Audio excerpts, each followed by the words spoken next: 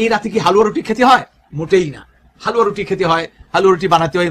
গ্রামের লোকজন অনেকেই বিশ্বাস করে এই রুটি রাতে বিলাতে হয়, কারণ রুটি দিয়ে মুর্দারের পাখা বানানো হয় আর মুর্দারের বাতাস দেওয়া হয়। বিভিন্ন কিতাবে বারবারই এই ধরনের কাজগুলোকে বেদাত বা মাকরু লেখা হয়েছে। সেটা হচ্ছে এরাতে মানুষের ভাগ্য নির্ধারণ হয়।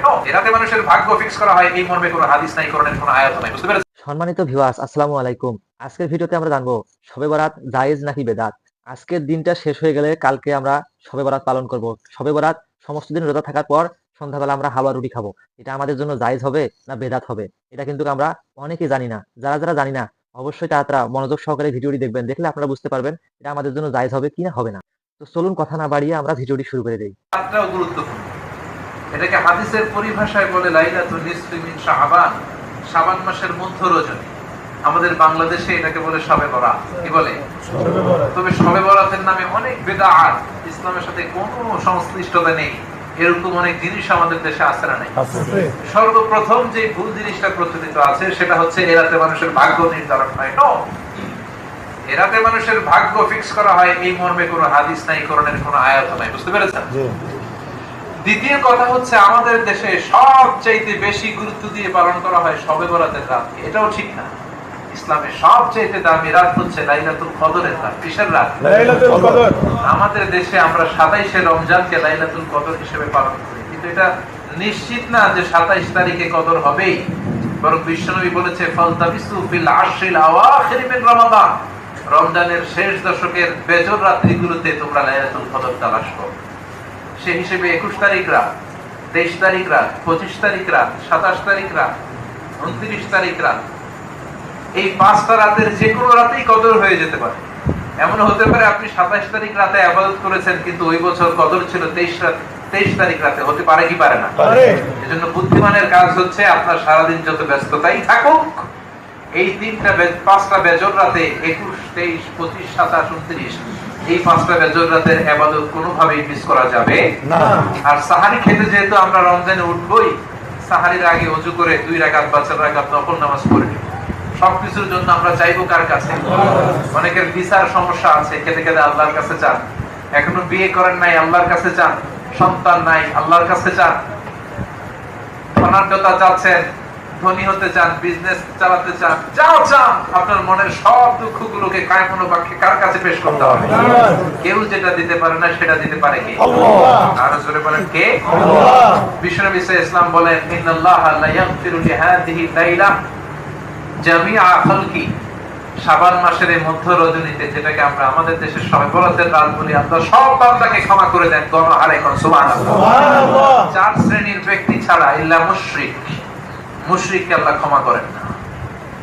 মুশাহিন, অন্যের ভালো অবস্থা দেখে অন্তরে যে হিংসা পুষে রাখে, তাকে আল্লাহ ক্ষমা করে না। কাতিলু নাফস, অন্যায়ভাবে মানুষকে হত্যা করে যারা, তাদেরকে আল্লাহ ক্ষমা করে না। জোরে বলেন ঠিক কি না? সানি, হত্যাকারীকেও আল্লাহ ক্ষমা করে না, জিনাকারীকে ক্ষমা করে না। এই 4 শ্রেণীর লোকদের কোন ক্ষমা শবে বরাতের রাত্রেও আল্লাহ রাখে না। জোরে বলেন নাউযুবিল্লাহ। যত অন্যায় অবিচার হচ্ছে, এই সবগুলোর বিচার একদিন করবে কে? আল্লাহ। আর জোরে বলেন কে? আল্লাহ।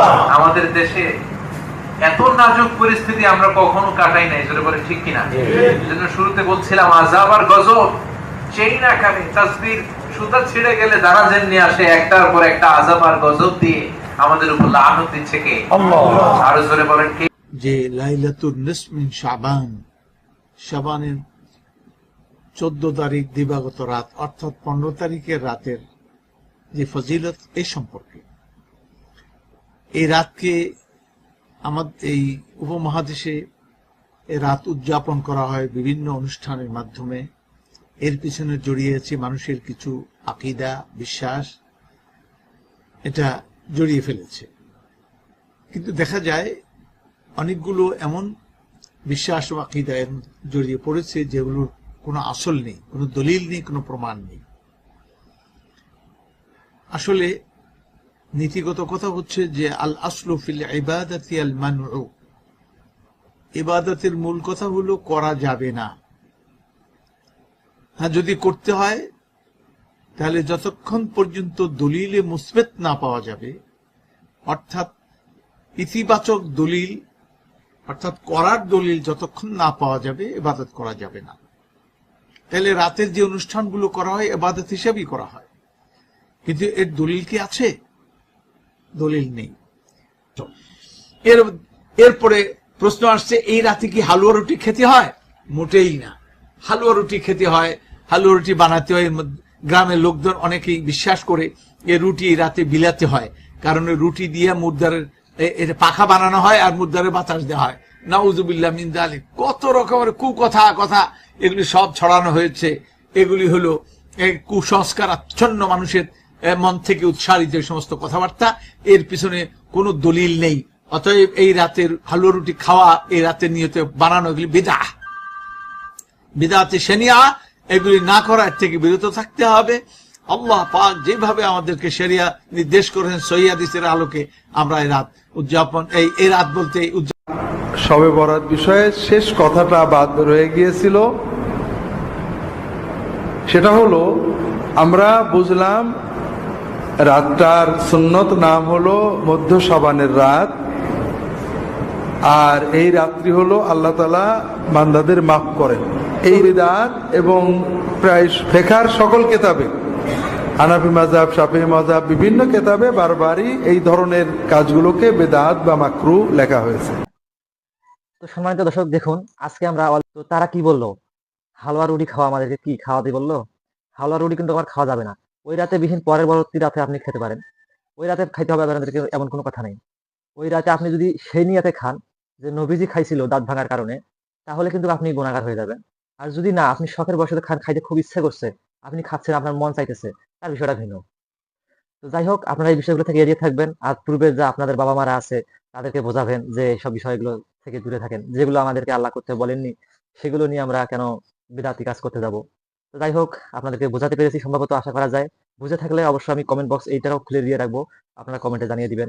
ভিডিওটি ভালো লাগলে অবশ্যই একটা লাইক দিয়ে দিবেন, চ্যানেলটিকে সাবস্ক্রাইব করে নেবেন। ভিডিওটি তুফানের দিকে শেয়ার দিবেন, যাতে কালকের দিন আসতে আসতে মানুষ সকলে সতর্ক হয়ে যেতে পারে, সবাই যেন এই কাজগুলো থেকে দূরে থাকতে পারে। আপনাদের শরীরের সুস্বাস্থ্য কামনা করে বিদায় নিচ্ছি আমি মোহাম্মদ জাহিরুল ইসলাম। ভিডিওটি এতক্ষণ অবধি দেখার জন্য আপনাকে অসংখ্য ধন্যবাদ।